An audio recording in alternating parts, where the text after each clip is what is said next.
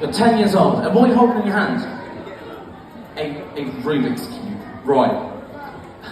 I was trying to escape earlier because I didn't want to be spoiled by any of these acts.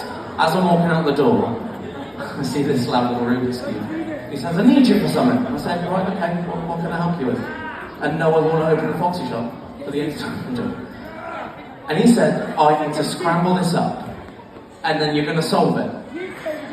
You're just going to solve it, no matter how much I mess it up.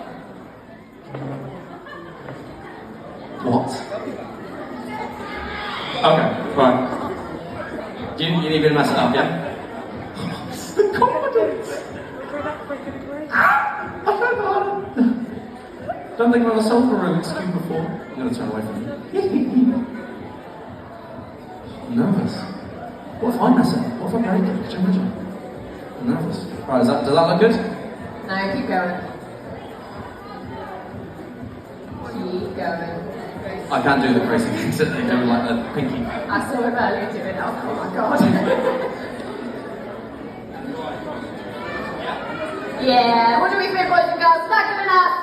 Yeah! Why not? Right, and you just need a 60-second timer, right? Oh, not yet, not yet, not yet. Not yet, not yet, not yet. Not yet. Oh! 60-second timer! 3, 2, 1, go! Go, that's it! Go on, Max! Go, go!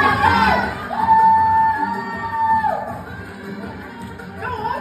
Let's go!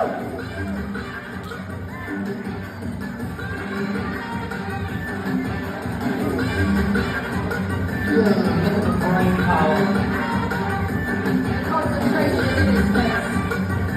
You've got this, Max.